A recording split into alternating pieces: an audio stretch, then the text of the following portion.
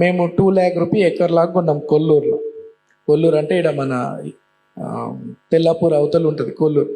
2002లో మా ఫాదర్ అక్కడ ఆ చుట్టుపక్కల విలేజెస్లో ఒక 100 acres కొన్నాడు. 2 lakh 3 lakh ఆ రోజులలో.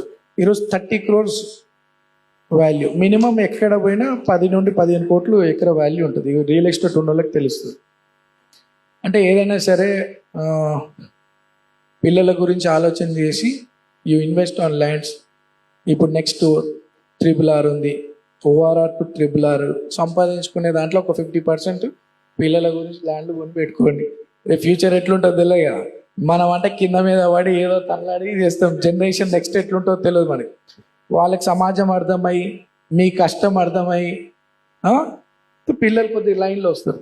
అండ్ 18 to 22, 17, 18, 19, 20 ఏజ్ పిల్లలకి మన కష్టం తెలియదు, మన స్ట్రగుల్స్ తెలియదు, ఏం తెలియదు. అంటే మనం కూడా ఆ ఏజ్ నుండి వచ్చిన వాళ్ళమే.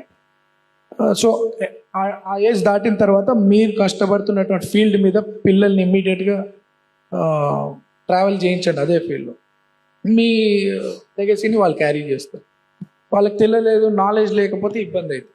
బట్ ల్యాండ్ మీద అయితే ఇన్వెస్ట్ చేయండి అందరు బిజినెస్ పీపుల్.